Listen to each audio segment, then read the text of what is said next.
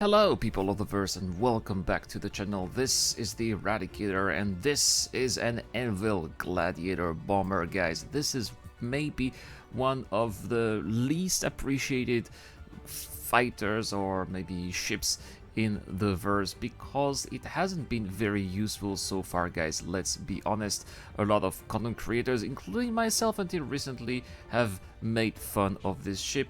I remember a couple of days ago I actually did tell Salty in his live stream that I would be using a Gladiator, and I was like, well, good luck with that.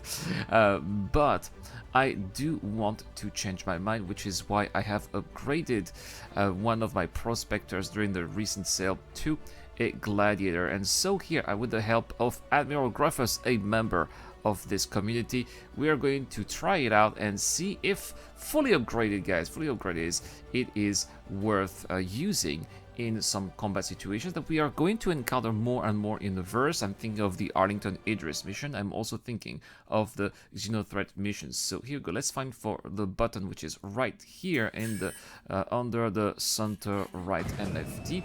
And let's overclock the shields. Most of the components in the ship here are size 1, considered here a small ship, small power plant. We've got the Breton there. We also have a couple of FR66, which are also the small shield generators. It is also equipped with 2 size 3 neutron repeaters that I am controlling, and the turret itself has 2 size 3 attrition guns from Hurston Dynamics. This should be, well, thank you, Admiral Gruffus. This should be interesting in combat situation, especially, you know, with that turret I now have at my disposal more firepower. I also have quite a few missiles and torpedoes at my disposal. In fact, I have 2x4 size 5 torpedoes, which I will definitely be firing at the Idris if it shows up, plus a couple of other missiles which I could be firing at anything, you know, fighters or larger ships as well. This is in theory a ship that should be able to defend itself in a combat situation, but not alone, guys. This is why this ship has not been very useful so far, because most of the combat missions that we have had were missions that can be done alone, and for that there are better ships. I'm thinking of maybe any other combat ship, including all the way from the Arrow to the Vanguard.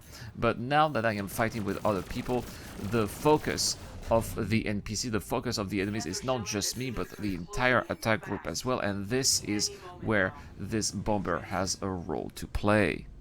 Now, of course, speaking of bombers, this month I am giving away an Aegis Retaliator Bomber with lifetime insurance. All you have to do is to be a subscriber of the channel. Don't forget to hit the subscribe button and also answer the question that I will be asking later related to that giveaway.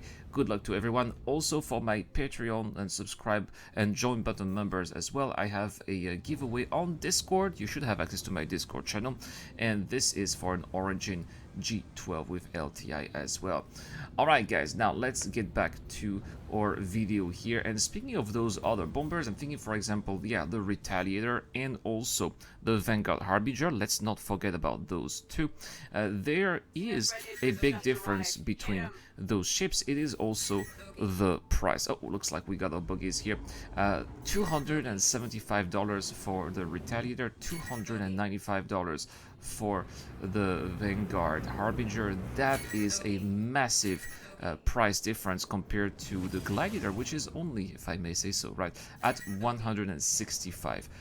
So we are going to see here how effective we are in this kind of predicament, I would say, or combat situation. Of course, here I had to do a little spin. I didn't want to be the first one to engage those ships. I'm letting here Admiral Gruffus firing at those combat vessels over there, those fighters. I am not worrying about the fighters. This is not a starfighter that I have. It is a light bomber, similar to a little bit like the Y-Wing in the Star Wars universe, for those of you who are familiar with those ships.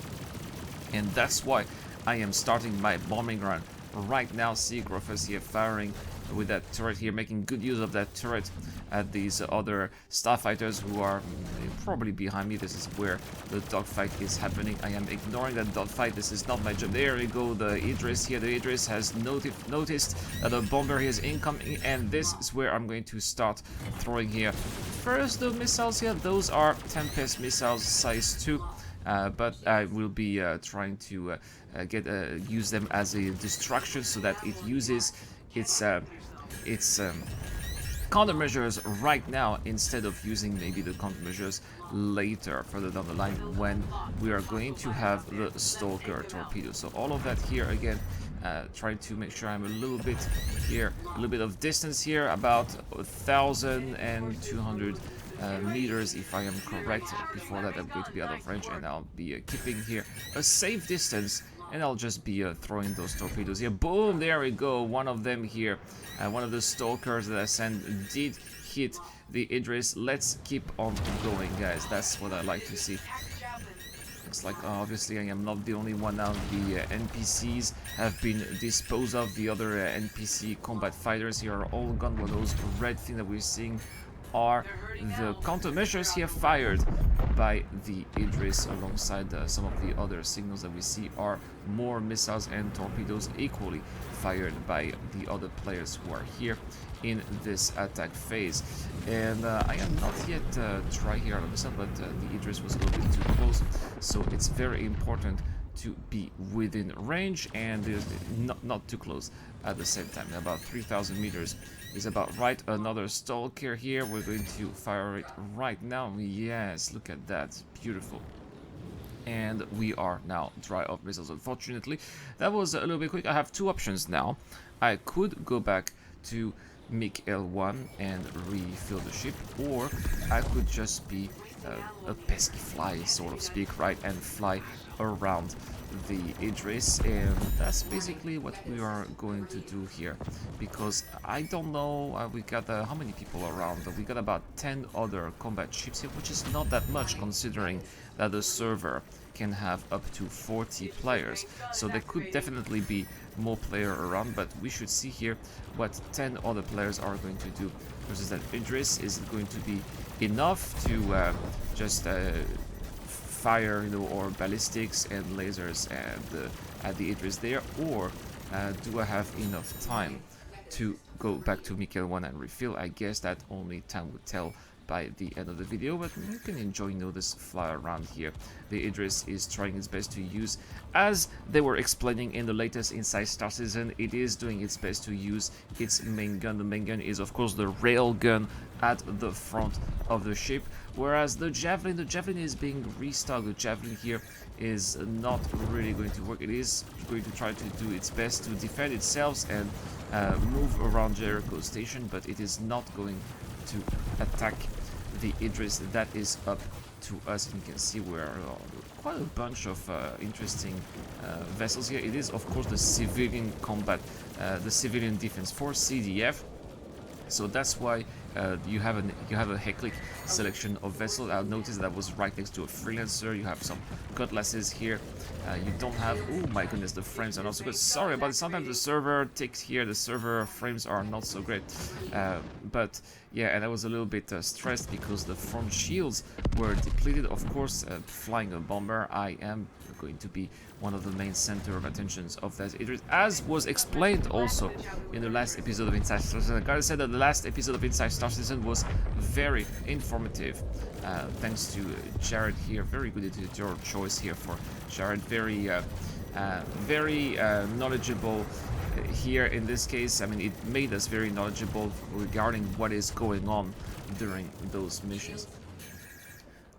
And I gotta say, guys, as I am pleasantly surprised here with this Gladiator fight, especially I've flown in a couple of times when we had, for example, some sales, or I think the last time I flew it was during Invictus Week last year, so it was almost a year ago.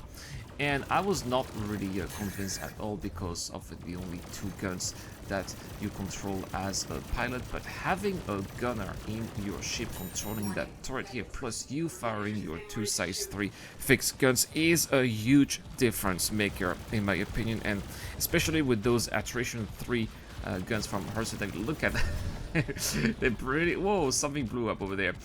They really bring some sense of epicness to the fight. Now, I'm a bit sorry if any of you here is epileptic.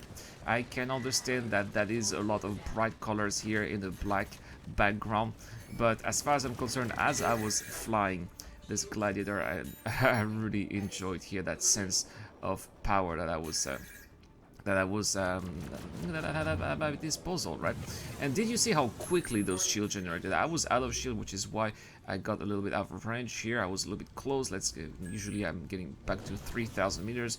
The shields, the front shields and the right shields were depleted, and thanks to these FR66, the shields are back almost instantly. That's why I selected the FR66. These are the shields that have the fastest regeneration. They don't have the most hit points, but they do have the fastest generation, and all you have to do is to make sure that you get out of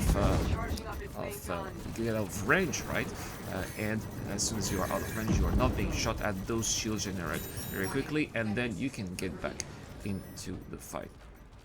Now, you may have noticed also that there's a little difference here between the 2 neutron guns that I have at my disposal and the turret, which has the attrition 3s. Gruff has decided that it would be a good idea to overclock the shields, the guns of the turret, whereas I did not overclock the neutron repeaters that I am firing. And there's a big difference. He is not firing his guns constantly, because you can see that they very often overheat like this, right? Weapon system overheating, this is what we are seeing here. That's because these guns are overheated, and I think that it is not a good idea to overclock your guns when you are firing at a capital ship. I think that when you are firing at a capital ship, you do need to have a constant line of fire, because otherwise they too have shields that are going to regenerate, and you need to keep those shields busy. So any time that you are not firing because your shields are overheating is a time that is going to give those shields some relief, which is why I believe that it is not a good idea. This is why I did not overclock my guns, but yeah, Gruff has decided to do that. I guess he had a lot of fun, and that's good for him, right? Did you notice, by the way, that the shields have become purple? Oh, something blew up over there. Some players definitely send some torpedoes too. We're all trying our best here to destroy that Idris. The shields here have changed colors. They used to be blue at the beginning of this fight. Now they are purple. This is an indicator that those shields are in bad shape. Again, something that was shown to us during the last episode of Inside Star Citizen, which was a really good one. I've also made a video going further in detail about how those shields work. This is the future of shields that we are having a look at, guys, in this footage. And not just that, oh, looks like the Idris is gone. We did it, guys. The Idris has retreated. Now, it looks like it disappeared. It's a bug, actually. It looks like it disappeared, but actually it went inside in quantum trouble. So there we have it. We survived. We didn't die. And on top of that, we have a giveaway, guys. Let's remember this month giveaway. I'm giving away a Retaliator with lifetime insurance. And to win, you have to subscribe and answer the question that I'm asking right now. Were you convinced by what you've seen here? Has this Gladiator flight changed your mind or not? What do you think about the Gladiators? I don't know, a triple question, right? It's related to the Gladiator. I would like to know what you guys think in the comments down below. And that is all for this video, guys. Oh my goodness, 3,000 of UEC to restock. Alright, I guess that's okay. That's all for this video, guys. Thank you very much for watching. I hope that maybe you are going to get a Gladiator. Maybe it did change your mind. This ship needs a little bit more love. This ship now has a purpose. I am extremely happy to be reporting on that, and you can be sure that I will be flying this ship more in the future, especially on stream on Twitch. See you guys tomorrow for more Star Citizen content. Have a great day. This is the Eradicator. I'll see you guys later. This video is brought to you by the people who support this channel on Patreon and via the join button as well. Supporters of the channel get access to lots of cool perks such as access to my private Discord, your question answered in the show, you get to know when I'm going to play, and also you get to have a chance to influence the editorial line of the channel. Any help is appreciated, starts at just $1 a month. Thank you very much for watching. This is The Eradicator, and I'll see you guys later.